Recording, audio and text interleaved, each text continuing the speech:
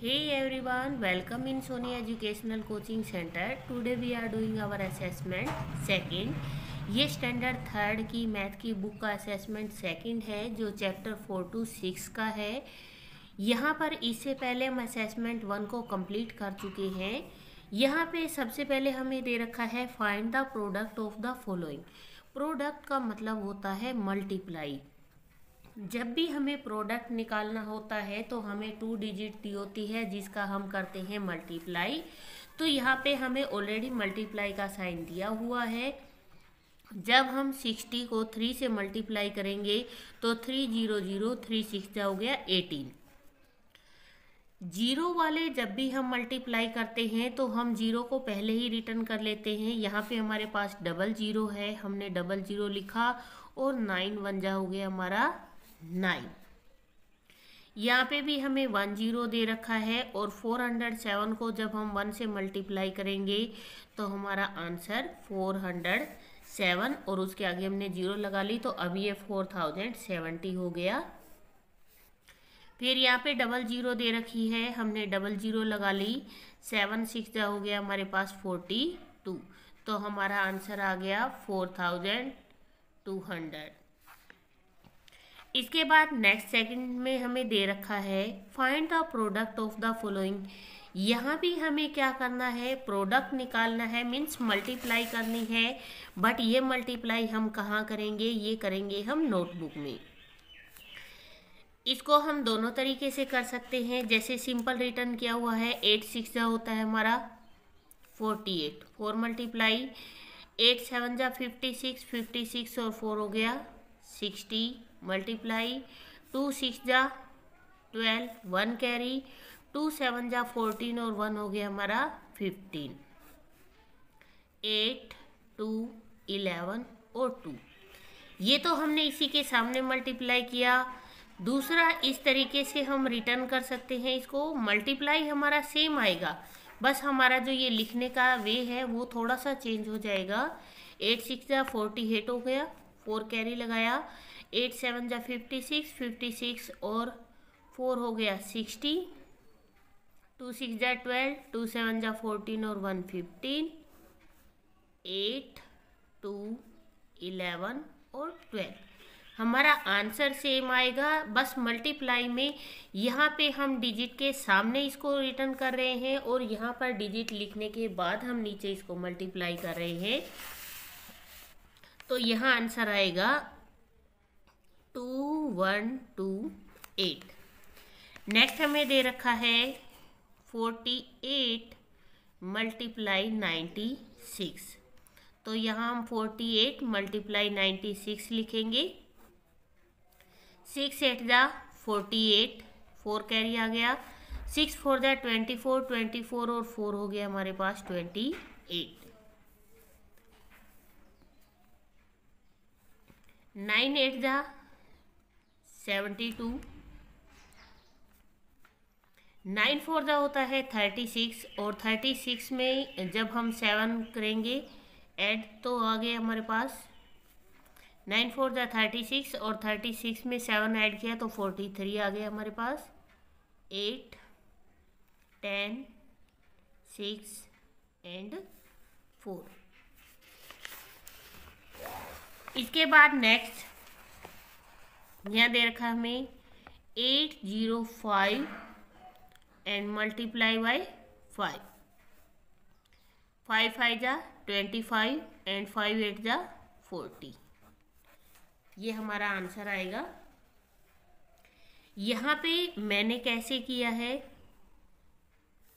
जब हमने इसे मल्टीप्लाई किया है 5 5 जा 25 होता है। मान लो यहाँ पे मैंने 2 कैरी लगा भी दिया तो उस कैरी लगाने से हमारा कोई फर्क नहीं पड़ेगा, क्योंकि जीरो के बाद हम जब 5 0 0 करेंगे तो आंसर तो हमारा 0 आ रहा है और 2 का 2 हमें क्या करना पड़ेगा, एज इज हमें रिटर्न करना पड़ जाएगा।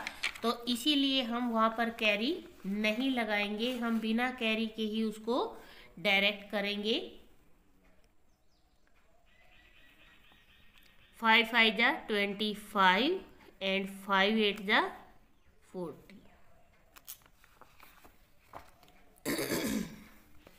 यहाँ पे हम आंसर रिटर्न कर देते हैं हमारा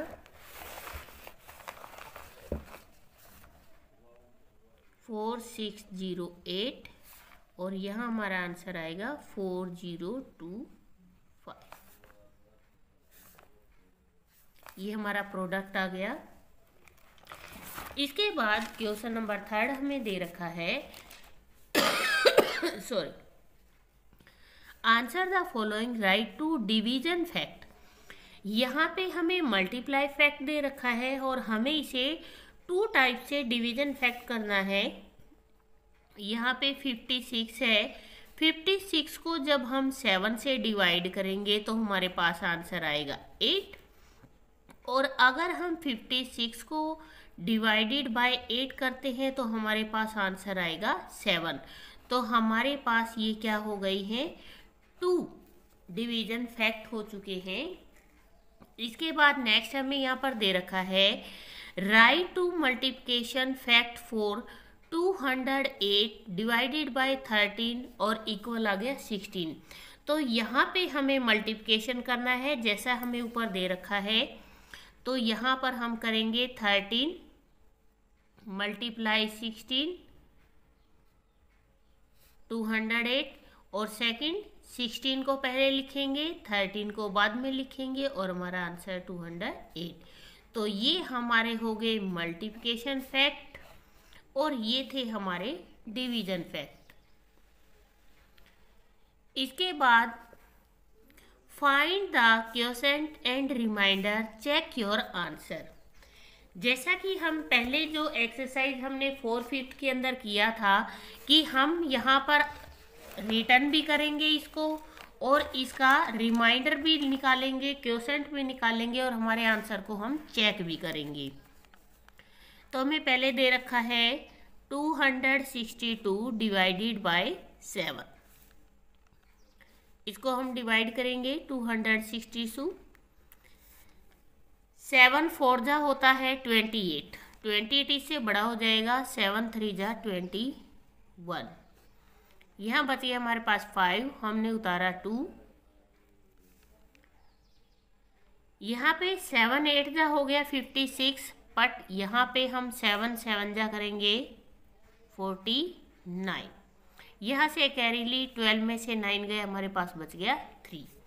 तो ये तो हमारे पास आ गया है क्वोशेंट और ये हमारा बच गया है रिमाइंडर। अब हम क्या करेंगे, इसका आंसर को चेक करेंगे। तो 37 मल्टीप्लाई बाय 7, 7 7 जा 49, 4 कैरी आया, 7 3 जा 21, 21 के अंदर 4 ऐड किया तो 25। फिर हमारे पास रिमाइंडर बचा हुआ था 3, हमने रिमाइंडर को करना है ऐड। 9 और 3 हो गया हमारा 12, 1 कैरी 5 और 1 6 एंड 2। तो हमारे पास जो आंसर हमारा दे रखा था 262 जो हमने डिवाइड किया था, तो हमने इस सवाल को चेक कर लिया है और चेक करने के बाद हमें पता लग रहा है कि हमारा जो आंसर है वो बिल्कुल राइट है। नेक्स्ट हमें दे रखा है 789 डिवाइडेड बाय 9। इसको हम डिवाइड करेंगे, 9 9 जा 81 होता है, 9 8 जा 72, यहाँ पे बच गया 6। अब 9 की टेबल में 69 तो आता नहीं है, 9 7 जा 63, 9 में से 6 गया 3 गया तो हमारे पास बच गया 6। तो ये 6 तो हमारा आ गया है रिमाइंडर और ये हमारा हो गया है क्वोशेंट। अब हमें चेक करना है 87 मल्टीप्लाई बाय 9, 9 7 जा 63, 9 8 जा 72, 72 और 6 हो गया 78। हमारे पास रिमाइंडर बचा था 6, रिमाइंडर को किया जाता है हमेशा ऐड। 6 एंड 3 9, 8 एंड 7, जो हमारा आंसर था 709, और यहाँ पर भी हमारा 709 आ चुका है। इसके बाद हमारे पास बच गया 1, 872 872 डिवाइडेड बाय 8। अब हम इसको डिवाइड करते हैं। 8 1 जा 8, हमने उतारा यहाँ पर 7, क्योंकि 8 में से 8 गया तो 0 बचा 7, और 8 की टेबल में 7 आता नहीं तो यहाँ 0 लगाया और हमने उतार लिया 2। 8 9 जा 72। तो ये हमारा कंप्लीट डिवाइड हो चुका है। यहाँ पर रिमाइंडर कुछ भी नहीं बचा, तो यहाँ पर हम 8 से मल्टीप्लाई करेंगे। 8 9 जा 72 एंड 8 1 जा 8। हमारा आंसर हमने चेक कर दिया।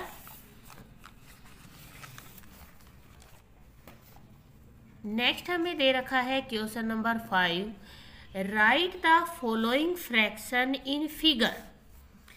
हमें क्या करना है, जो फ्रैक्शन दी गई है इसको फिगर में लिखना है। तो यहाँ पे दे रखा है 4/7, तो हम इसको जब रिटर्न करेंगे 4/7 हो जाएगा।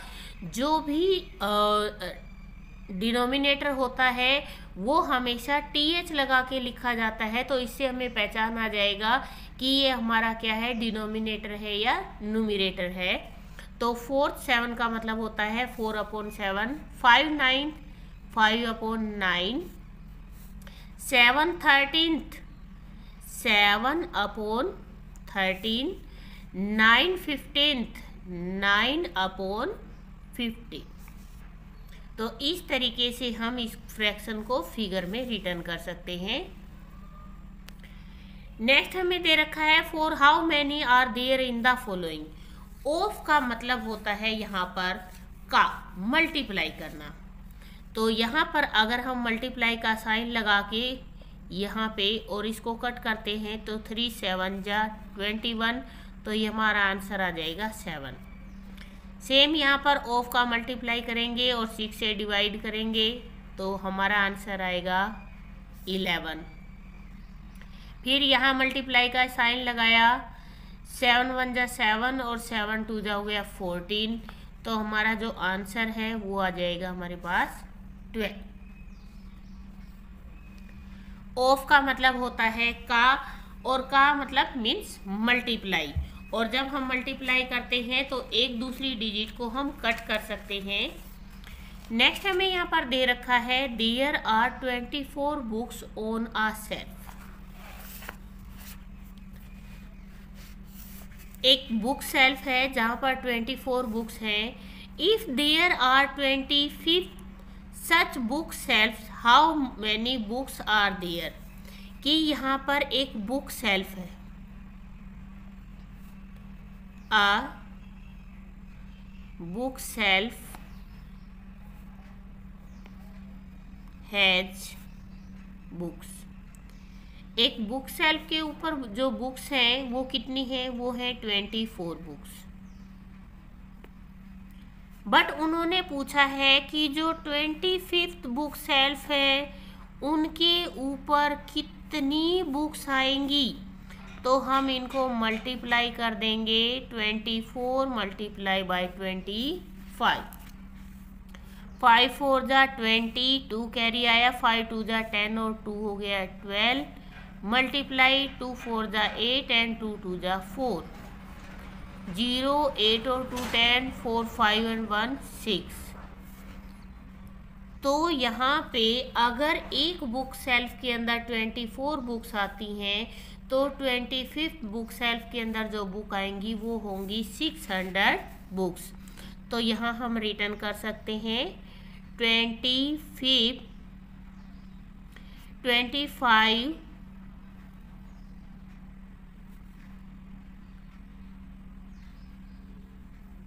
Book shelf have 600 books. इसके बाद हमें यह नेक्स्ट क्वेश्चन दिया गया है there are 96 beads in a box. Sorry, एक डिब्बा है, एक डिब्बे में 96 बेड्स है। They have to be strung equally in 8 necklace. अब उनसे 8 नेकलेस बनाए जा चुके हैं, मतलब मोती हैं बहुत सारे मीन्स 96 मोती एक बॉक्स में रखे गए हैं और उनसे 8 नेकलेस बनाए गए हैं। तो उसने पूछा है how many beds will each necklace have, कि एक नेकलेस के अंदर कितने बेड्स लगाए गए हैं। तो यहाँ पर हम लिखेंगे अ बॉक्स हैज 96 बेड्स।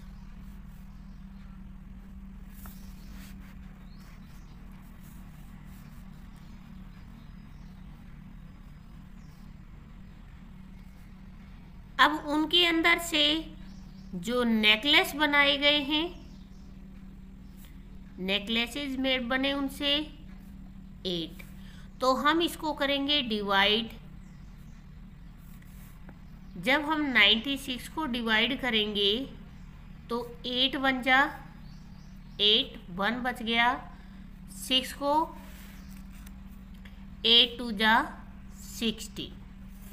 तो यहाँ पर 8 नेकलेस हैज 12 बेड्स, कि एक माला के अंदर 12 मोती लगे हैं जिससे जाकर वो माला तैयार हुई है। इसके बाद नेक्स्ट हमें दे रखा है the product of the two number is 497। If one of them is 7 find the other. यहाँ पे प्रोडक्ट का मतलब होता है multiply.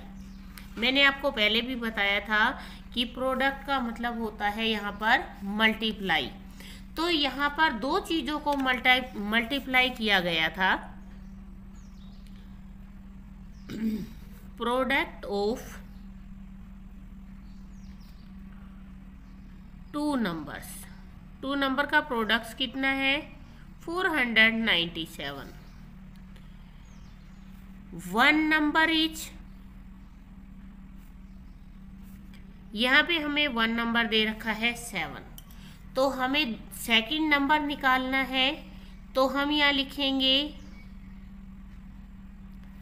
Other number is 497 divided by 7।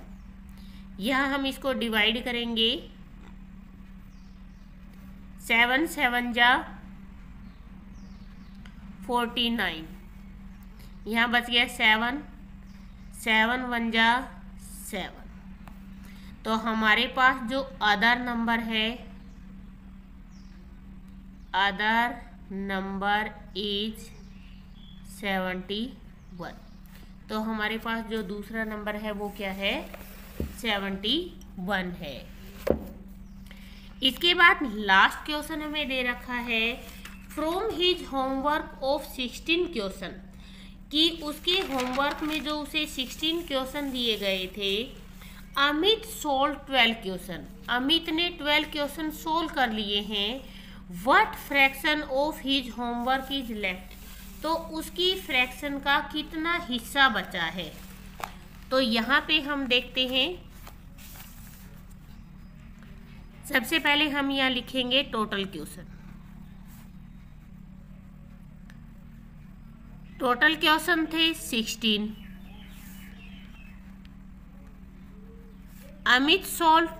Amit ने सॉल्व किए यहाँ पे 12। फ्रैक्शन बनाने के लिए हम क्या करेंगे, सबसे पहले इसको सबट्रैक्ट करेंगे कि हमारे पास उसने 16 क्वेश्चन दिए हुए में से 12 को सोल्व किया है। अब बच गए कितने, तो हमारे पास क्वेश्चन बच गए हैं 4, और यहाँ पे हमें बनानी है फ्रैक्शन कि उसका कितना पार्ट बच गया है।